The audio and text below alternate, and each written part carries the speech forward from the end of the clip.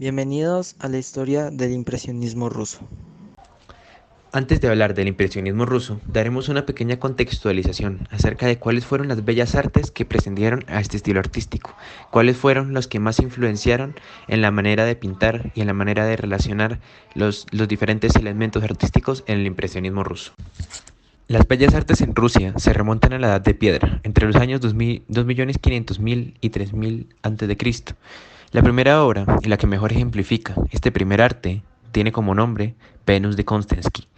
Es una talla de hueso de mamut de una figura femenina, descubierta en la ciudad de Konstantin, que data sobre la cultura gravetiana. Esta cultura se caracterizaba en un marco histórico y artístico por la elaboración de diversas estructuras de habitación y específicamente y especialmente de esculturas femeninas. Estas esculturas femeninas, denominadas Venus paleolíticas, evocaban figuras femeninas, y la silueta casi siempre presentaba una exageración de los atributos femeninos. Muchos años después se realizó el descubrimiento del hierro. La cultura rusa normalmente lo asociaba con la creación de armas y herramientas, pero también iba muy de la mano con el arte, ya que se empezaron a crear ideas como el arte de la Edad de Hierro y obras muy representativas para la cultura de ese entonces como el Toro de Oro de Maikop, que se empezaron a popularizar para representar el verdadero valor de hierro en el arte. De hecho, este descubrimiento incentivó a crear obras de arte cada vez más representativas únicamente con piezas de hierro y bronce. Algunos años después, con la caída de Roma a manos de los visigodos en el año 476 después de Cristo, se hicieron ciertos arreglos para dividir el Imperio romano en una mitad occidental, gobernada desde Roma, y otra oriental, que fue gobernada desde Bizancio. Luego fue mejor conocida como la ciudad de Constantinopla. Luego hubo algunos problemas en el occidente en cuanto a la cristianidad, ya que ésta cayó en un abismo cultural que a la final desencadenó una serie de pérdidas en los valores cristianos y artísticos occidentales. Sin embargo, en la Europa oriental, en especial en Constantinopla, se mantuvieron la mayoría de estos valores y enseñanzas traídas del Imperio romano. Por ende, muchos de los artistas que estaban de acuerdo con dichas ideologías llegaban a Constantinopla con el propósito de crear nuevos conjuntos de imágenes e iconos cristianos orientales, lo que terminó por enriquecer la cultura y de hecho fue una de las causas por las que floreció el cristianismo ortodoxo. Ahora bien, cuando hablamos del arte bizantino ruso, estamos analizando una extensión de lo que en un primer momento fue conocido como el arte bizantino.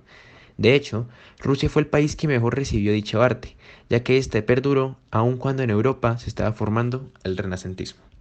Años después, en Rusia, surgió lo que se podría considerar como el inicio artístico de la arquitectura, llamado el arte moscovita. Este se desarrolló por primera vez en los años 1500 en Moscú. El estilo arquitectónico combina elementos bizantinos, detalles del Renacimiento italiano y en especial sobre la fantasía arquitectónica rusa local. De hecho, se caracterizaba a menudo por domos puestos en la torre, colores ricos cuanto al valor y detalles extravagantes y complejos, lo que al final hizo que se desarrollase un estilo distintivo en la pintura mural y de ícono, que fueron un claro ejemplo de lo que ya vimos en la Catedral del San Basilio, que fue inspirada en este modelo y casi que se podría decir que fue creada basada en este estilo artístico. Ahora explicaremos cuáles fueron realmente los estilos artísticos que más influenciaron sobre el impresionismo ruso. Aunque los antes mencionados comparten algunos aspectos y características, elementos artísticos con el impresionismo ruso, no lo hacen realmente con las ideas que quieren transmitir los artistas.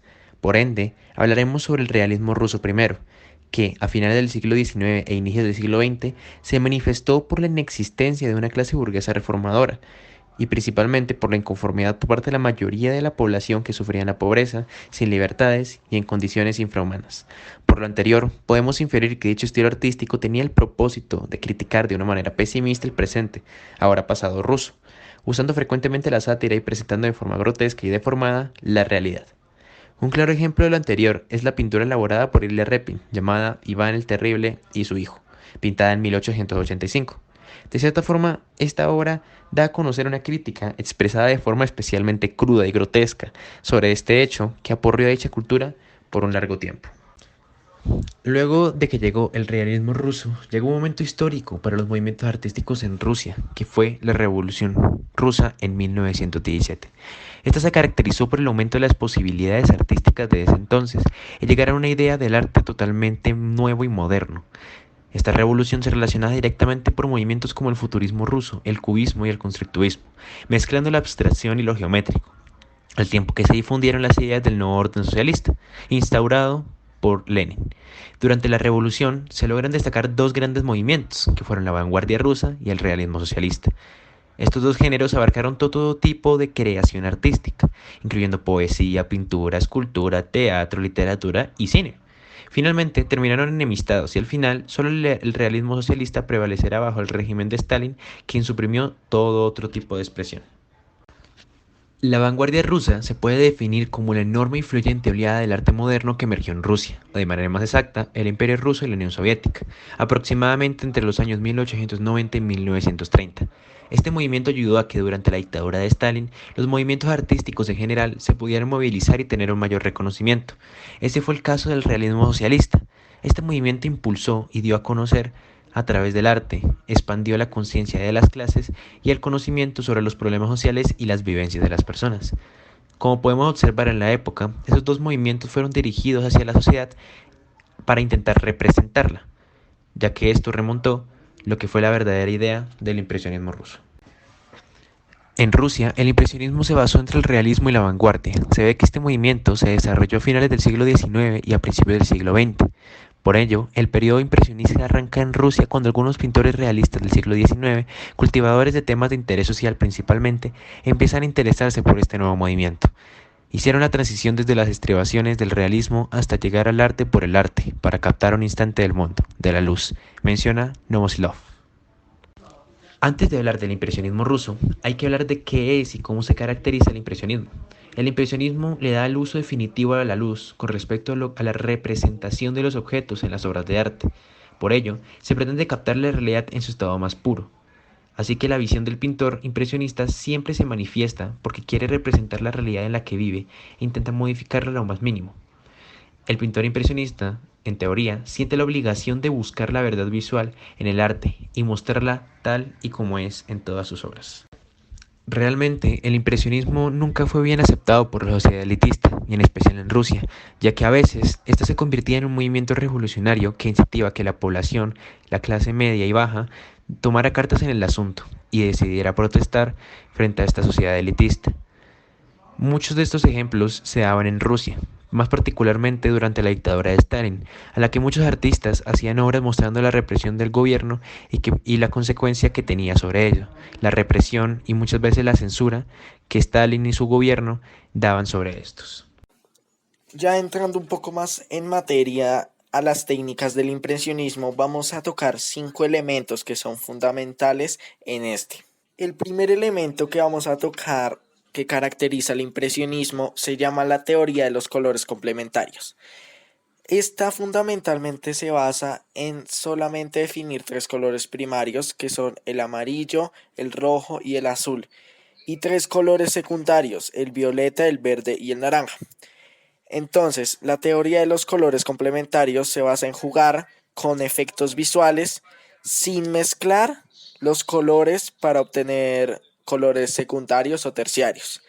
Es decir, que se aplica mayor valor o mayor pigmentación en los 3 colores básicos para causar que el ojo del espectador piense que se han usado mezclas, dando una sensación ilusoria de que se han mezclado los colores cuando no es así. Esto lo podemos ver en el Jardín de Giverny de Monet en 1894. Pasando más con el segundo aspecto que caracterizó al impresionismo fue el de usar recursos formales con el propósito de representar la realidad tal cual es, sin exagerarla ni idealizarla. Y se enfatizó en mostrar aspectos como la naturaleza, gente común, paisajes urbanos de forma fiel a la realidad. Esto se puede ver en la obra Puerto de Konstantin Korovin, que muestra de forma fiel a la naturaleza. El tercer recurso se basa en usar de mejor forma la perspectiva en general, es decir, que se usan más espacios profundos y abiertos. En el impresionismo no se ve obras que se lleven a cabo en espacios cerrados como en un cuarto.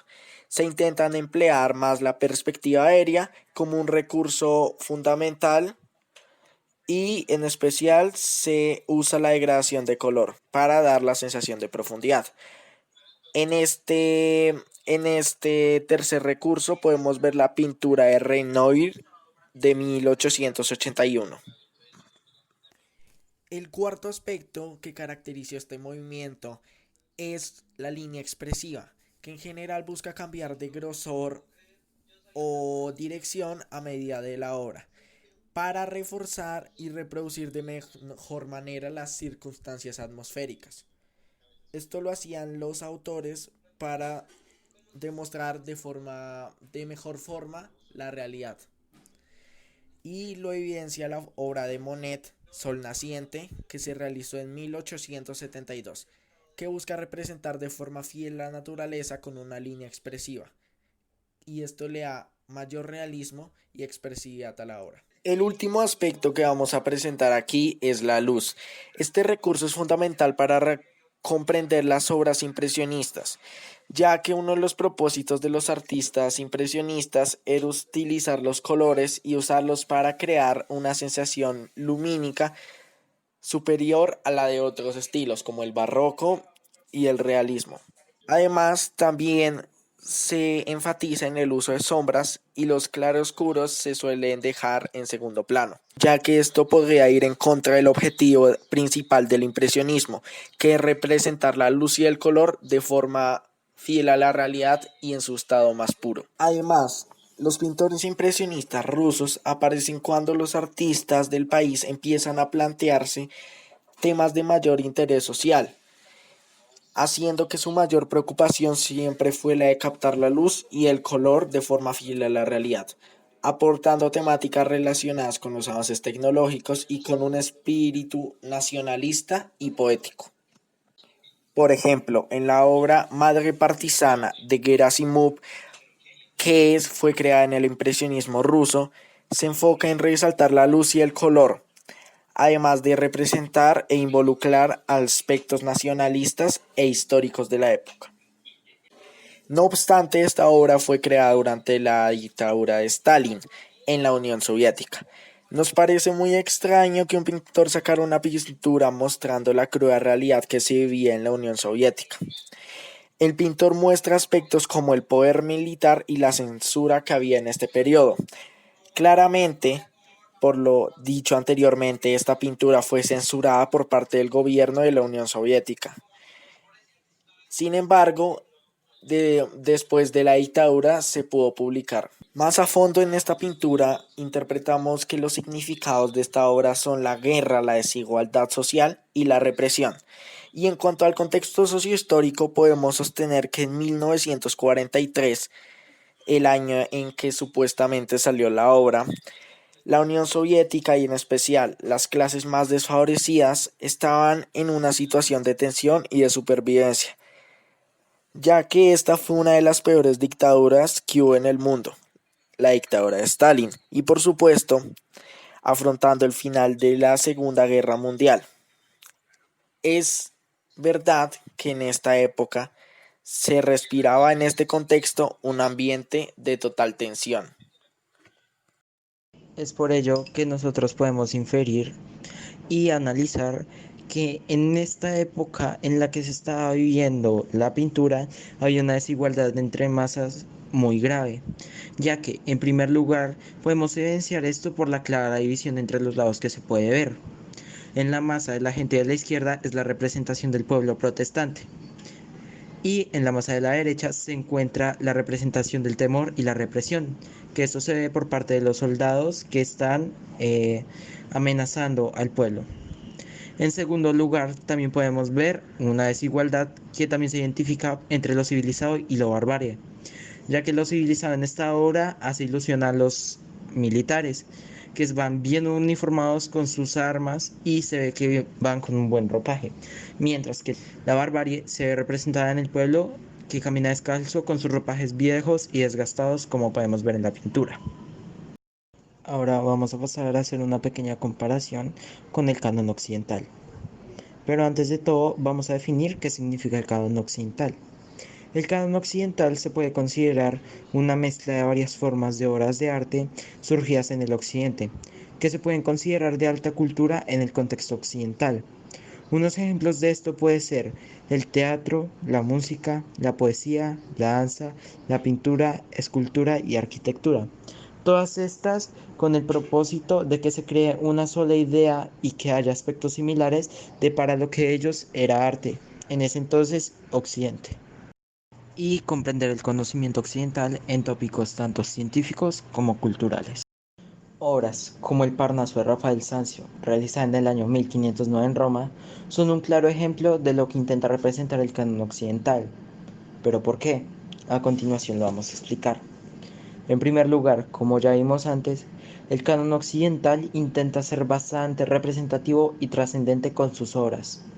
En este caso, el Parnaso ha estado presente desde su creación en el mismo lugar, sin perder su vigencia y simbología, debido a que representa el lugar de la patria simbólica de los artistas occidentales de la época.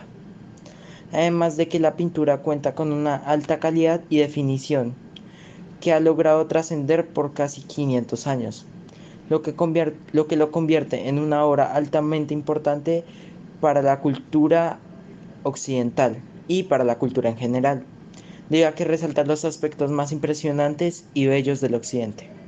Otro claro y grandioso ejemplo es el de la pintura La apoteosis de Homero, realizada por el artista Jean-Auguste Dominique en el año 1827.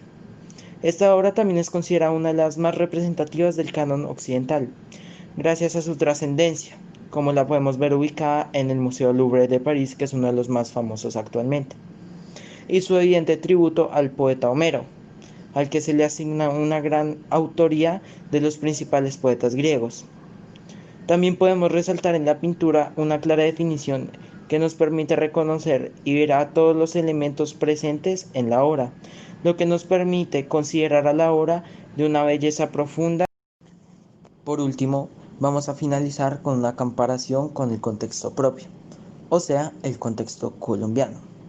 Las más claras e importantes expresiones de arte actualmente en Colombia son el arte contemporáneo y figurativo colombiano. Esto gracias a que consideramos que logra representar a la actualidad de Colombia, así mismo como el impresionismo ruso en su época, lo que nos hace pensar que estos dos llegan a tener una clara relación que a continuación vamos a ver. Pero primero vamos a definir lo que es el arte contemporáneo colombiano para poder compararlo con el impresionismo ruso. El arte contemporáneo colombiano se denomina como el grupo de manifestaciones artísticas surgidas a partir del siglo XX. Y este se caracterizó por enfatizar la libertad, la individualidad, la sentimentalidad y la subjetividad, lo que hace que sus obras puedan ser un poco alejadas a la realidad y un poco exageradas. Y aunque a continuación vamos a ver algunos puntos de encuentro entre estos dos estilos, también podemos identificar algunas diferencias, tales como que el arte contemporáneo colombiano busca jugar y modificar la realidad con recursos como la escala para dar sensaciones ópticas que podrían llegar a interpretarse como otra realidad, mientras que a diferencia del impresionismo ruso busca mostrar la realidad tal y como es, por más dura y cruda que sea esta. Como semejanzas logramos encontrar que ambos estilos de arte intentan representar la actualidad en la que se vive. Por último, hablaremos del arte figurativo colombiano, que es uno de los estilos de arte más representativos de Colombia del siglo XX. Este arte se caracteriza por el exageramiento del volumen natural o realista de figuras como personas y animales, como podemos ver en la siguiente imagen. Sin embargo, la escala y proporción de dichas figuras no llegaban hasta el punto de ser irreconocibles y se pueden seguir identificando en la mayoría de casos. Por otra parte, artistas como Fernando Botero, Lucy Tejeda, Juan Cárdenas, Teresa Cuellar, Alfonso Quijano, Leonel Góngora y Luis Caballero son los mayores y fueron y serán los mayores representantes del arte figurativo colombiano. Aunque usaban algunos elementos formales como color, luz y equilibrio de forma distinta y con una aplicación particular, todos estos artistas buscaban criticar al gobierno colombiano y a su sociedad por medio de la sátira y la burla, en ocasiones el erotismo, así como el impresionismo ruso, que intentaba mostrar la realidad tal y como es. Y esto al final nos lleva a una conclusión. Es que aunque estos artes colombianos buscan criticar y mostrar la realidad de una forma menos dura como lo hacía el impresionismo ruso, al final y al cabo terminan mostrando lo mismo, la cruda realidad que estamos viviendo. Aunque el contexto colombiano lo usa como más como sátira y mostrando otra realidad, pero que aún así nos muestra lo que estamos viviendo, el impresionismo ruso lo muestra como la cruda realidad que es. Muchas gracias por todo y este ha sido nuestro nivel 4 fecha 4 realizado por Juan Flores, Jaime Alba y Cristian Mojica.